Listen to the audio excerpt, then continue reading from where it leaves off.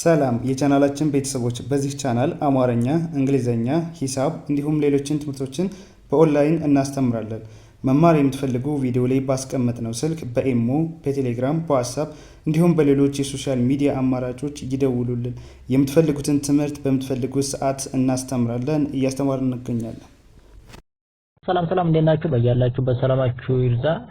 እንግዲህ እንደሚታወቀው ባለፈው በፓርት 1 እና ፓርት 2 ወይም በክፍል 1 እና በክፍል 2 የአማርኛ ፊደላትን እንዴት በመጀመሪያ እና በሁለተኛው ያሉ ፊደላትን እንዴት አድርገን በእንግሊዘኛ እንጽፋለን፣ እንዴት አድርገን እናነባቸዋለን የሚሉትን ባለፈው አይተናል። ዛሬ ደግሞ በክፍል 3 ከዛ የቀጠለውን ቪዲዮ በፓርት ወይም ደግሞ በክፍል 3 ላይ እንዴት እናነባቸዋለን፣ እንዴትስ እንረዳቸዋለን፣ ምን ይመስላሉ የሚሉትን ደግሞ ዛሬ እናያለን። ከዛ በፊት ለቻናላችን አዲስ ከሆናችሁ ላይክ፣ ሰብስክራይብ፣ ሼር በማድረግ ቤተሰቡ ነው። እንዲሁም ደግሞ የምንለቃቸው ቪዲዮ ቀጥታ ለእናንተ እንዲደርሷችሁ ማለት ነው።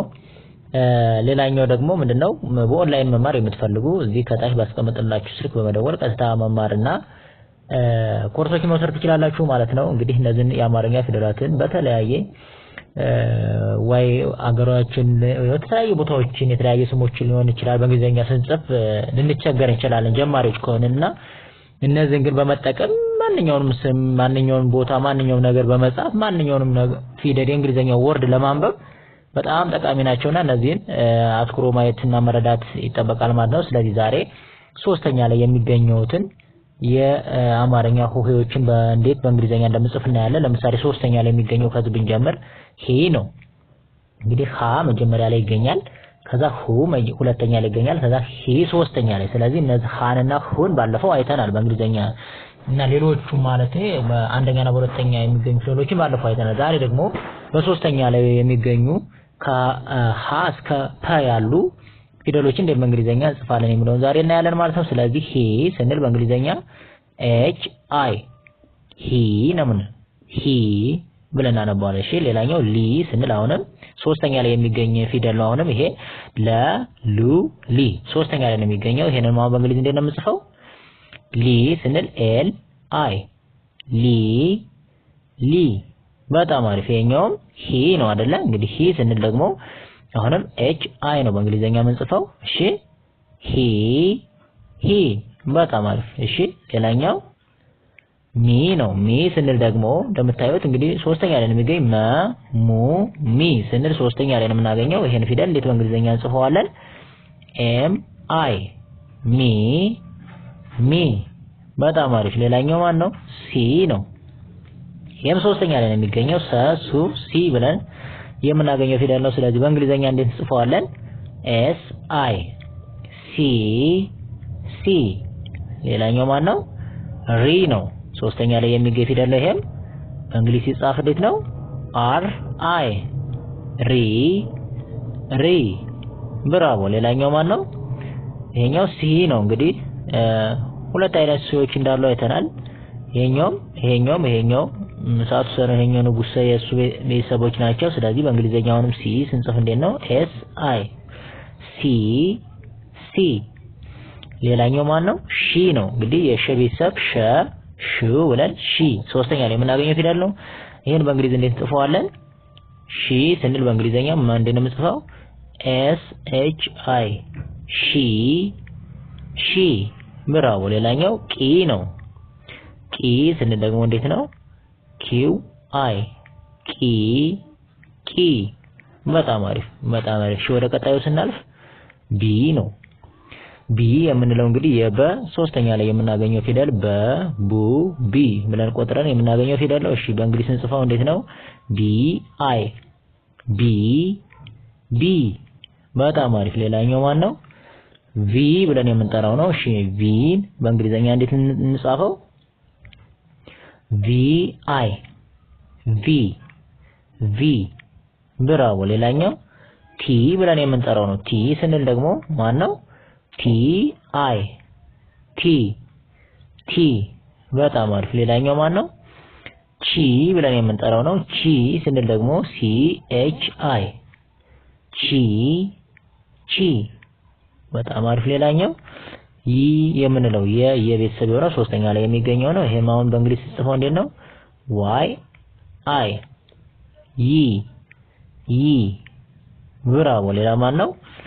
ኒ ብለን የምንጠራው የነ ሶስተኛ የሚገኝ ፊደል ኑ ኒ ብለን የምናገኘው ፊደል ነው ይሄኛው። በእንግሊዘኛ ደግሞ ኒ ብለን ስንጽፍ እንዴት ነው? ኤን አይ ኒ። በጣም አሪፍ። ቀጣይ ኒ ብለን የምንጽፈው ነው ወይም የምንጠራው ኒ የምንለው ኒ ስንል እንግዲህ የኘ ቤተሰብ ሶስተኛ ላይ የሚገኘው ፊደል ነው። ኙ ኒ ብለን የምንጠራው ፊደል ነው። ኒ ስንል ደግሞ እንግዲህ አሁንም ማን ነው? ጂ ኤን አይ ኒ። ብራቮ። ሌላኛው ኢ ስንል የአ ሶስተኛ ፊደል የሚገኘው ሶስተኛ ፊደል ያለው የአ ቤተሰብ ኢ ስንል አይ ነው የምንጠቀመው። ኢ ብለን እንጠራለን ማለት ነው። ሌላኛው ኪ የምንለው የከ ሶስተኛ ላይ የሚገኘው ፊደል ነው። እንግዲህ ኪ ስንል ኬ አይ ኪ። በጣም አሪፍ። ወደ ቀጣው ስናልፍ ደግሞ ማነው? ዊ ነው። ዊ የምንለው እንግዲህ የወ ሶስተኛ ላይ የሚገኘው ፊደል ዊ ብለን የምንጠራው ሶስተኛ ላይ የምናገኘው ፊደል ነው። በእንግሊዝ እንዴት ነው የምንጽፈው? ዊ ስንል ደብሊው አይ ዊ።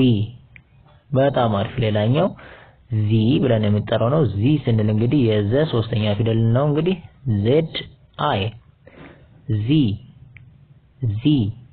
በጣም አሪፍ። ሌላኛው ማን ነው? ዢ ብለን የምንጠራው ነው። ዢ ስንል ደግሞ እንግዲህ የዠ ሶስተኛ ፊደል ዢ የምንለው ፊደል ነው። እንግዲህ በእንግሊዝ እንዴት ነው የምንጽፈው? ዜድ ኤች አይ ዢ ተብሎ ይጠራል። ያው ዢ። ብራቮ። ሌላ ማን ነው? ዲ ብለን የምንጠራው የደ ሶስተኛ ላይ የሚገኘው ፊደል ነው። እንግዲህ ዲ ብለን ስንጽፍ አይ ያው እንደምታውቁት ሁሉም አይን ከመጨረሻ ይወስዳሉ። ለምሳሌ ሁለተኛ ላይ የሚወስዱት ደግሞ ዩን ይወስዳሉ። አንደኛ ላይ ያሉት ደግሞ በሙሉ የጻፍናቸው ወደ ኋላ ኢን ይወስዳሉ። ስለዚህ ምንድነው አይን ይወስዳሉ። ከዋና ቃሉ በተጨማሪ አይን መጨረሻ ላይ ይወስዳሉ ማለት ነው። ስለዚህ በዚህም መያዝና መጻፍ ይኖርብናል ማለት ነው። ስለዚህ እቺኛዋ ማነች ደግሞ? ጂ የምንላት የጄ ሶስተኛ ላይ የምትገኘው ፊደል ጂ ብለን የምንጠራት ነች። እሷንም በእንግሊዘኛ እንዴት ነው የምንጽፈው? ጄ አይ ጂ። በጣም አሪፍ። ሌላኛው ጊ ብለን የምንጠራው ፊደል ነው። ጊ ስንል የገ ሶስተኛ ፊደል ነው። ስለዚህ በእንግሊዝ እንዴት ነው የሚጻፈው? ጂ አይ ጊ። በጣም አሪፍ። ሌላኛው ጢ ብለን የምንጠራት ነች። ጢ የምንላት ደግሞ እንግዲህ የጠ ሶስተኛ ፊደል ነች። ጢ ስንል በእንግሊዝ እንዴት ነው? ቲ አይ ጢ። በጣም አሪፍ። ሌላኛው ጪ የምንላት የጨ ሶስተኛ ፊደል ጪ የምንላት እንግዲህ በእንግሊዝ ch i በእንግሊዝ ጪ ብለን እንጽፋለን ማለት ነው። ሌላኛው ማነው? ጲ የምንለው ነው። ጲ የምንለው የጰ ሶስተኛ ፊደል የምናገኘው ነው። በእንግሊዝ እንዴት ነው የምንጽፈው? ፒ።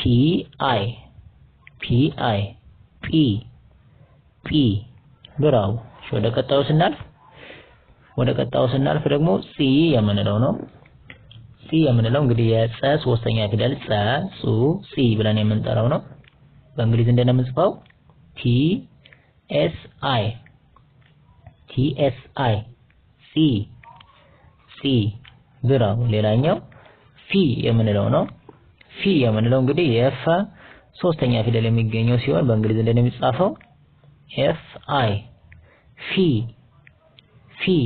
ብራው። ሌላኛው አሁንም ጺ ነች። ኛው ሁለት አይነት ጸዎች እንዳሉ ኛውም ጸ ነች፣ ኛውም የጸ ቤተሰብ ነች። ሁለት አይነት ጸዎች እንዳሉ አይተናል።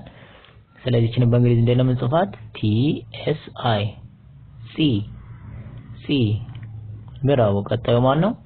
ኢ የምንለው ነው። እንግዲህ የአ ሁለት አይነት ናቸው እንግዲህ ያሉ አኡ የአ አለ ሁለት አይነት አዎች እንዳሉ ማይተናል። ስለዚህ እቺ የአ ቤተሰብ የሆነች አኡ ኢ ሶስተኛ ላይ የምናገኛት ስትሆን በእንግሊዝ እንዴት ነው የምንጽፋት? ኢ ነው የምንጽፋት። ኢ ስንል የእንግሊዘኛ ኢን እንጠቀማለን። እሺ ኢ። አሪፍ። ሌላኛው ሂ የምንለው ነው። እንግዲህ የሃ ሶስት አይነት ፊደሎች አሉ። ስለዚህ ሶስተኛው ይሄ ነው። ሂ የምንለው ሃ ሁ ሂ ሶስተኛ ላይ የሚገኝ ፊደል ሲሆን በእንግሊዝ እንዴት ነው የምንጽፈው? HI he ብራው። ሌላ መጨረሻውና መጨረሻው ደግሞ ማን ነው? ፒ የሚባለው ነው። እንግዲህ ፒ የምንለው የፐ ሶስተኛ ላይ የሚገኘው ፊደል ፐ ፑ ፒ። እሱን በእንግሊዝ እንዴት እንጽፈዋለን? ፒ አይ ፒ